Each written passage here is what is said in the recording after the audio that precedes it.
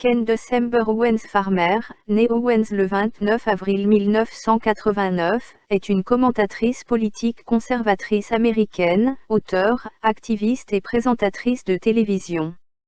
Elle s'est fait connaître pour ses opinions conservatrices et ses commentaires francs sur diverses questions sociales et politiques, avec l'incrédulité du changement climatique. Owens a été reconnue pour son activisme pro-Trump bien qu'elle ait d'abord critiqué l'ancien président des États-Unis Donald Trump et le Parti républicain. Elle est également connue pour ses critiques de Black Lives Matter et du Parti démocrate. Owens a travaillé pour le groupe de défense conservateur Turning Point USA entre 2017 et en tant que directeur des communications. En 2021, elle rejoint The Daily Wire, où elle anime Candace, un talk-show politique. Owens a exprimé son scepticisme quant à l'étendue de l'impact de la suprématie blanche et a exprimé son opposition à la fois au verrouillage et au vaccin Covid-19. Et maintenant, pour une brève histoire de l'esclavage. Voici la première chose que vous devez savoir. L'esclavage n'a pas été inventé par les Blancs. Cela n'a pas commencé en 1619 lorsque les premiers esclaves sont arrivés à Jamestown. Il existait avant. Cela n'a pas commencé en 1492 lorsque Christophe Colomb découvrit le Nouveau Monde. En fait, lorsque l'explorateur intrépide a atterri aux Bahamas, la tribu indigène Taino espérait qu'il pourrait les aider à vaincre leurs voisins agressifs, les Caraïbes. Les Caraïbes ont asservi les Taino et, à l'occasion, les ont servis pour le dîner. L'esclavage existait en Afrique, en Asie et au Moyen-Orient. Le mot « esclave » vient en fait des Slaves d'Europe de l'Est. Des millions d'entre eux, tout blancs soit dit en passant, ont été capturés et réduits en esclavage par les musulmans au IXe siècle et plus tard par les Turcs ottomans. L'esclavage existait lorsque l'Empire romain contrôlait la Méditerranée et la majeure partie de l'Europe du 1er au 5e siècle. L'esclavage existait quand Alexandre le Grand a conquis la Perse au IVe siècle avant J.C. C'était si commun qu'Aristote le considérait simplement comme naturel. Le modèle esclave/maître était exactement la façon dont le monde fonctionnait à l'époque du grand philosophe. L'esclavage existait à l'époque des anciens Égyptiens il y a 5000 ans. Aussi loin qu'on puisse remonter dans l'histoire humaine, on trouve l'esclavage. Comme le note l'historien de renom John Steele Gordon, depuis des temps immémoriaux, les esclaves étaient un élément de commerce majeur. Jusqu'à un tiers de la population du monde antique était réduit en esclavage. Voici la deuxième chose que vous devez savoir. Les Blancs ont été les premiers à mettre formellement fin à l'esclavage. En 1833, la Grande-Bretagne a été le premier pays de l'histoire du monde à adopter une loi sur l'abolition de l'esclavage. Ils furent rapidement suivis par la France qui, en 1848, abolit l'esclavage dans ses nombreuses colonies. Puis, bien sûr, est venu le 13e amendement à la Constitution des États-Unis. Après des siècles d'esclavage humain, les hommes blancs ont conduit le monde à mettre fin à cette pratique odieuse. Cela inclut les 300 000 soldats de l'Union, majoritairement blancs, qui sont morts pendant la guerre civile. Suis-je en train de dire que cela rend les blancs meilleurs que n'importe qui d'autre? Bien sûr que non. Mon but ici est simplement de dire la vérité, et la vérité est que l'histoire humaine est compliquée, personne, quelle que soit sa couleur de peau, n'est innocent. Pourtant, aujourd'hui, on ne nous dit jamais de considérer les meurtres de l'Empire perse ou le cannibalisme des tribus indigènes d'Amérique du Nord et du Sud, ou les actions odieuses sous les empires impérialistes musulmans, chinois, mongols ou japonais, pour n'en nommer que quelques-uns. Au lieu de cela, on nous dit que l'esclavage est un phénomène blanc. Comme tous les mensonges persistants, ce mensonge engendre un tas d'autres mensonges. Sur les réseaux sociaux, je tombe sur des descriptions extraordinaires de la façon dont les Africains vivaient comme des pharaons avant que les Européens ne viennent détruire leur paradis. J'aimerais que tout cela soit vrai. Mais ça ne l'est pas. C'est un fantasme. La vérité est que les Africains ont été vendus comme esclaves par d'autres Africains noirs. Et dans de nombreux cas, vendus pour des articles aussi insignifiants que du jean et des miroirs. Les Blancs ne sont pas allés à l'intérieur de l'Afrique pour emporter les indigènes. Ils ont attendu sur la côte que leurs partenaires noirs leur apportent des corps noirs. La dure réalité est que nos vies avaient très peu de valeur pour nos ancêtres. Voici la troisième chose que vous devez savoir. Si vous pensez que l'esclavage est une relique du passé, vous vous trompez. Il y a environ 700 000 esclaves en Afrique aujourd'hui. Dans l'actualité, c'est l'estimation la plus basse que j'ai pu trouver. D'autres sources disent qu'il y en a beaucoup plus. Pour le contexte, c'est presque 2 fois plus d'esclaves que ceux jamais amenés aux États-Unis. Enfants soldats, trafic d'êtres humains, travail forcé, telles sont les conditions qui existent actuellement dans la même région subsaharienne où la traite transatlantique des esclaves est née. Les corps africains sont vendus aujourd'hui comme ils l'étaient alors, et non, ils ne sont achetés par aucun pays d'hommes blancs. En fait, l'esclavage, quelle que soit la définition traditionnelle, est exclusivement pratiqué aujourd'hui dans les pays non blancs. Mais on n'entend presque rien à ce sujet. Tout comme nous n'entendons rien sur la façon dont l'esclavage était universel jusqu'à ce que de bonnes personnes en Europe et en Amérique y mettent fin il y a 2 siècles. Pourquoi ? Parce que nos soi-disant dirigeants, noirs et blancs, n'en profiteraient pas. La victimisation noire n'a pas d'intérêt si elle n'est pas rentable. Elle fait élire des politiciens et finance des groupes de revendication raciale. Et si les Noirs américains commençaient à se considérer comme des partenaires du rêve américain? Si nous embrassions l'esprit patriotique selon lequel tous les hommes sont créés égaux, l'esprit patriotique qui est notre véritable héritage, alors les arnaqueurs de la race feraient bientôt faillite. Et qui veut ça? Je suis Candace Owens, auteur de Blackout, pour l'Université de Prager.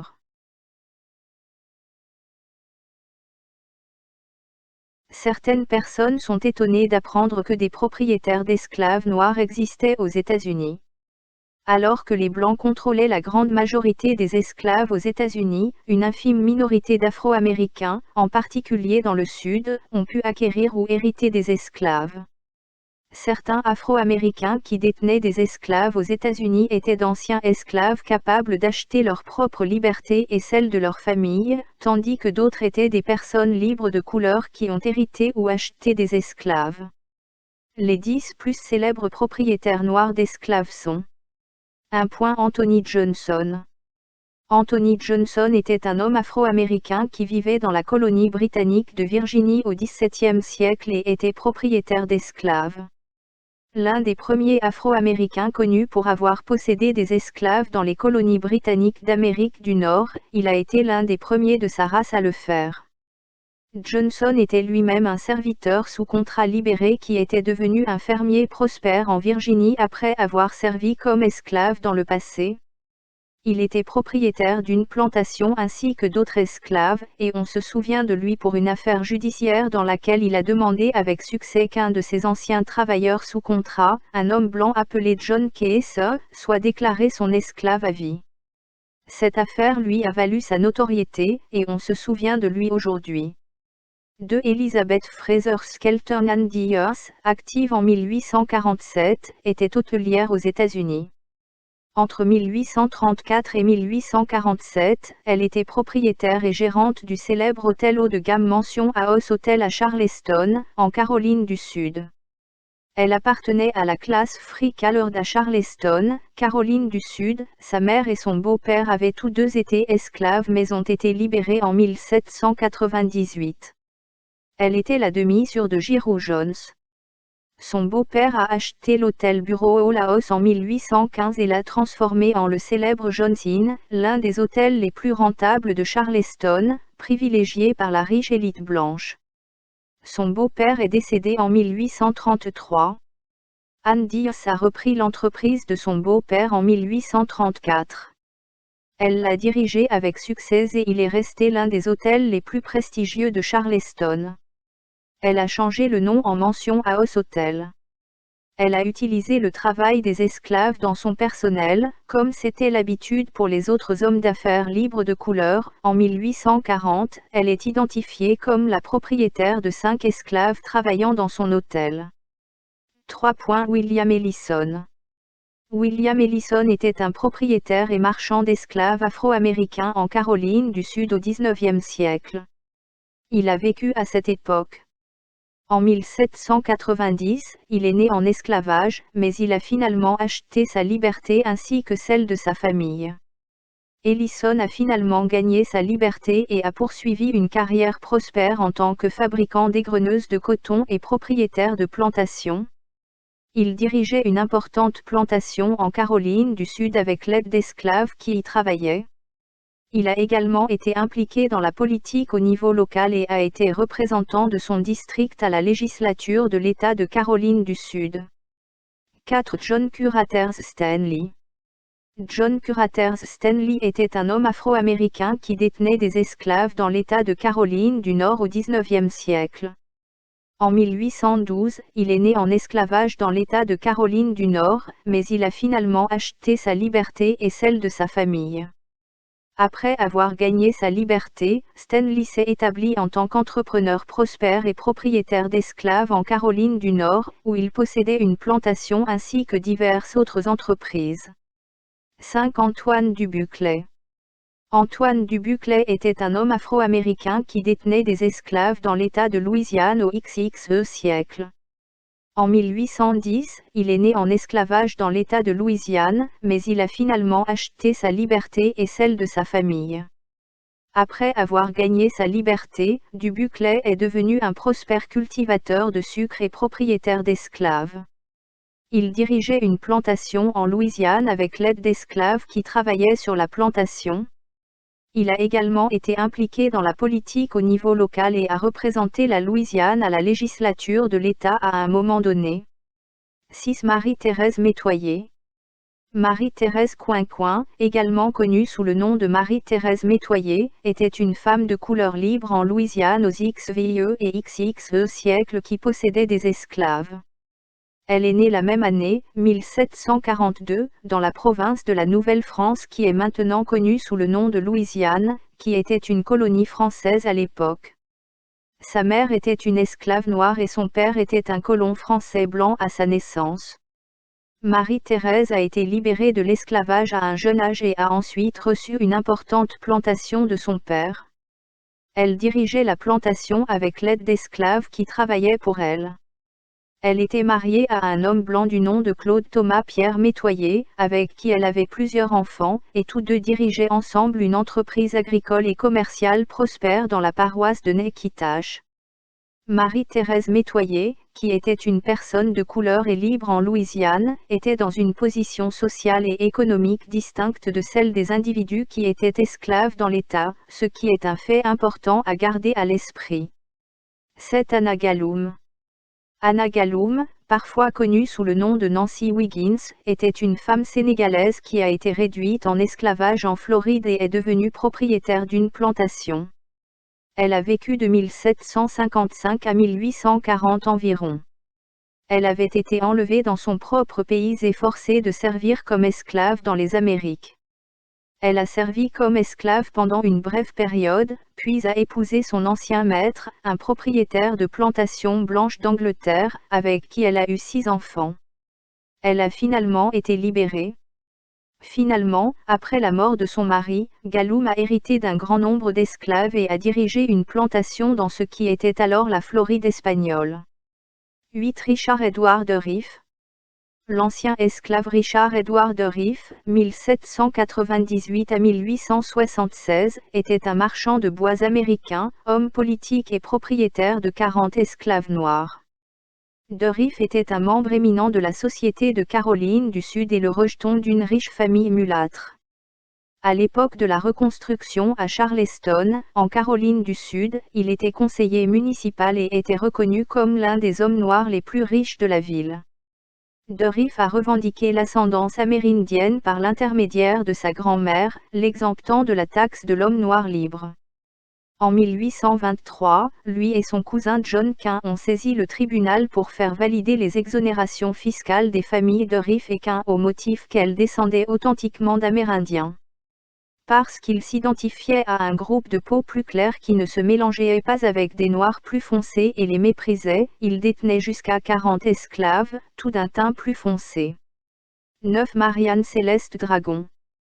Marie-Céleste Dragon, 1777 à 1856, était une riche propriétaire d'esclaves d'Haïti. Elle était la femme d'Andrea Dimitri. C'était un couple métis. Elle était l'une des femmes les plus puissantes de l'histoire de la Nouvelle-Orléans créole. Dragon était une femme noire qui prétendait être blanche. Elle a des ancêtres gréco-français et africains.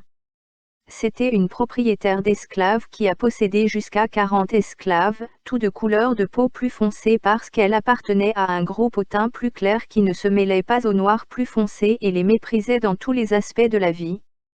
Ses 2 enfants créoles sont allés à Georgetown. Alexander Dimitri, son fils, a été la première personne de couleur à fréquenter l'université de Georgetown et la première personne de couleur à être nommée ambassadeur des États-Unis. Il a été ambassadeur des États-Unis au Costa Rica et au Nicaragua. Euphrosine, sa première fille, a épousé Paul Pandeli. Elizabeth English, la mère de Paul, serait membre de la maison royale anglaise des Stuarts. 10. Aspasie Cruvellier-Miro. Aux États-Unis, la femme d'affaires et propriétaire terrienne Aspasia Cruvellier-Miro, 1800 à 1857, était une figure notable. Malgré l'interdiction faite aux non-blancs de posséder des terres à Antebellum Savannah, elle a pu acheter une propriété dans la ville de Géorgie. La colonie française de Saint-Domingue est son lieu de naissance et elle a toujours été considérée comme une personne de couleur libre. Elle était la sœur de Francis, Peter et Justine Cruvellier et la fille, ou sœur cadette, de Régeur Cruvellier. Petite fille, elle a déménagé à Savannah, en Géorgie, avec sa famille. À partir de 1812, elle résidait à Savannah, en Géorgie, où sa famille dirigeait une entreprise de couture prospère. Au début, elle était couturière dans l'atelier de tailleur de sa famille. Avec sa sœur Justine, elle ouvre une boulangerie-pâtisserie en 1825. Elle finit par s'imposer comme une figure puissante du monde économique. Elle a eu 2 filles, Louisa et Laetitia, par son mariage avec Samuel Miro. En 1829 ou 1831, elle était veuve. À cette époque, elle avait déjà ouvert sa propre boulangerie. La main-d'œuvre d'esclaves était également utilisée dans l'entreprise familiale. En 1839, elle déclare avoir payé des impôts pour 5 esclaves, tout comme sa mère et sa sœur qui étaient également propriétaires d'esclaves noirs. C'est un choc pour certains qu'il y ait eu des Noirs qui possédaient des esclaves noirs. Cela ne devrait pas être une surprise. Jusqu'à la seconde moitié du XIXe siècle, l'esclavage était universel. La plupart des sociétés pratiquaient une certaine forme d'asservissement, d'engagement, de servage ou d'autres formes de servitude forcée. L'esclavage est venu en grande partie de la guerre, des conflits et de la conquête. D'autres ont été réduits en esclavage après s'être endettés. Les plus puissants soumettaient les moins puissants à la servitude. Dans les États grecs et la Rome antique, l'esclavage était plus proche de l'engagement. On était esclave pendant un certain temps, esclave pendant les heures de travail, ayant son propre temps, et on pouvait acheter sa liberté. Dans certains cas, d'anciens esclaves sont devenus des dirigeants politiques, des généraux militaires et des philosophes et enseignants très appréciés. Les preuves suggèrent que certains Noirs possédaient d'autres Noirs dans les Caraïbes et en Amérique du Nord. Certains propriétaires d'esclaves noirs étaient d'anciens serviteurs ou esclaves sous contrat. Un des premiers exemples était Anthony Johnson. Au milieu des années 1650, Johnson, qui était noir, a forcé John Case à l'esclavage. Johnson avait servi son propre contrat, acquis des biens et sa liberté et engagé des serviteurs sous contrat, parmi lesquels Case. Johnson s'est battu avec succès devant les tribunaux de Virginie aux États-Unis pour que Case devienne son esclave lorsque ce dernier a voulu quitter son service, affirmant qu'il avait terminé son contrat.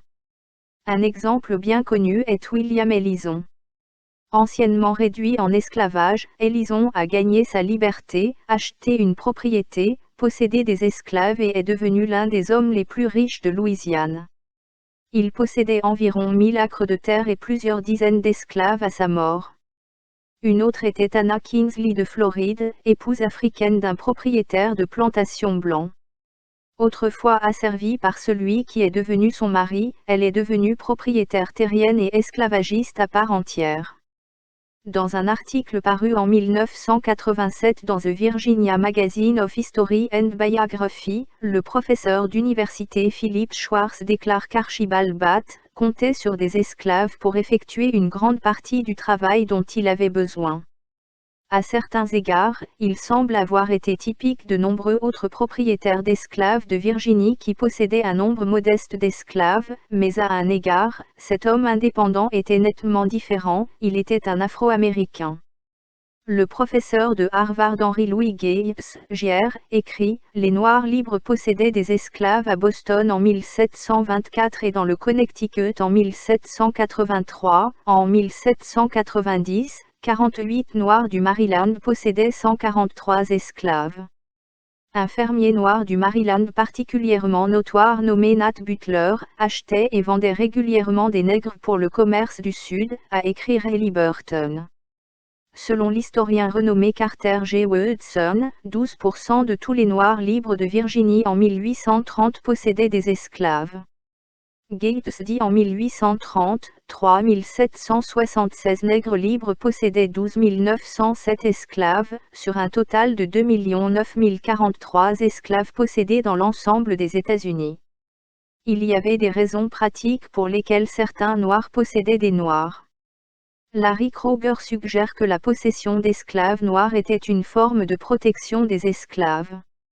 Dans Black Slave Owners, Free Black Slave Masters in South Carolina, 1790 à 1860, Kroger écrit « Parmi les maîtres noirs, détenir des membres de leur famille est devenu une forme courante de propriété en Caroline du Sud après 1820.